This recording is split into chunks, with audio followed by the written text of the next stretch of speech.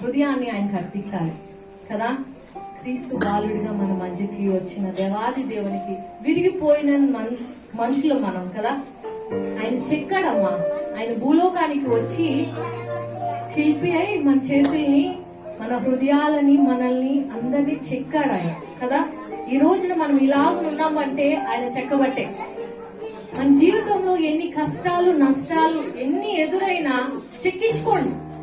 నేను ఒకటే చెప్తాను మీ అందరికి, ఎంత భారమైనా ఆయన్ని మాత్రం వదిలిపెట్టకండి. ఒకటే చెప్తాను, మన దేవుడు గొప్ప దేవుడు, అవునా? ఆయన కృప ఎప్పుడు మనకి ఉంటది. నీ కృప నాకు చాలును. ఆయన కృప ఎప్పుడు ఉంటదమ్మా.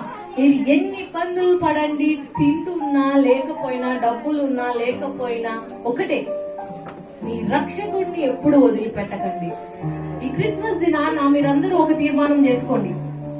రక్షణ మీరు అందుకున్నారు, ఇతరులకు ఆ రక్షణ స్వార్థను ప్రకటించండి. ప్రకటిస్తారా? 2022లో ఎంతమందికి మీరు సువార్త ప్రకటిస్తారు? మనం అన్ని సెలబ్రేషన్ చేసుకున్నాం. మళ్ళా వచ్చే సంవత్సరము ఈ మందిరం అంతా కిక్కిర్చిపోవాలి. అంటే కొత్త మందిరం వస్తలేండి, నూతన మందిరంలో మొత్తం అంతా ఇంక ఈ గ్యాప్ కూడా ఉండొద్దు.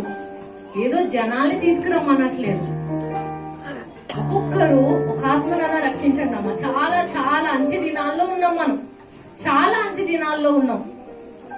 ఏయో తెగుళ్ళు వస్తున్నాయి, చూస్తున్నారు కదా. ఆ తెగుళ్ళ నుంచి అన్నిటిని మనం ఎప్పుడు ఏ రోజున ఎలా ఉంటామో మనకు తెలియదు. మన పరలోక రాజ్యం వెళ్ళాలంటే మనకి రక్షణ ఉండాలి, ఇతరుల్ని రక్షించాలి. నశించిపోయే ఆత్మలన్నిటినీ రక్షించండి. మీరు దేవునికి ఇచ్చే బహుమానము అదే.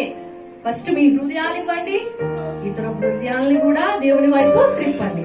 ఒకసారి అంత ప్రేమమయుడైన యేసుని మనం ఒక్కసారి ప్రేమించే ప్రేమమయుడా, నీ ప్రేమ